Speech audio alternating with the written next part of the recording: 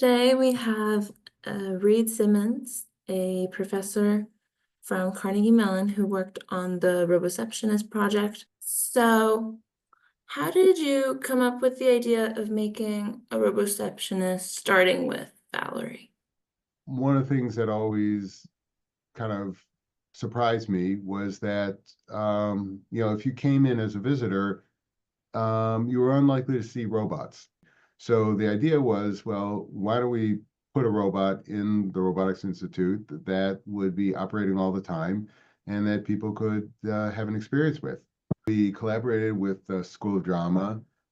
They developed the image, the facial image, and the backstory, and the things that would happen to the robot over time. Maybe like 4 or 5 different story arcs that would come over the year. Things would happen like Valerie would go on a date, and then it would either go well, and she would talk about how well it went, or it didn't go well, and she'd talk about how it didn't go well.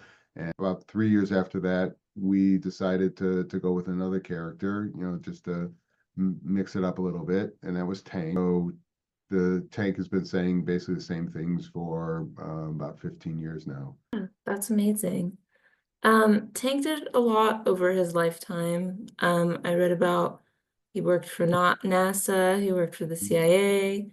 What was his main role here at CMU? His main role here is to give directions to people, and basically converse with them.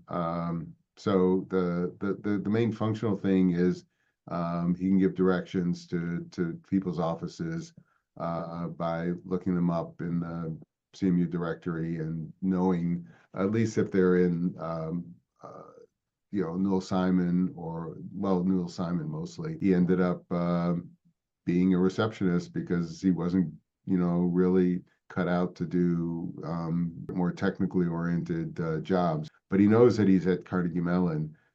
So if you ask him who is the president, he'll say Farnham Jahanian, and not Joe Biden. So his answers are often very specific to Carnegie Mellon.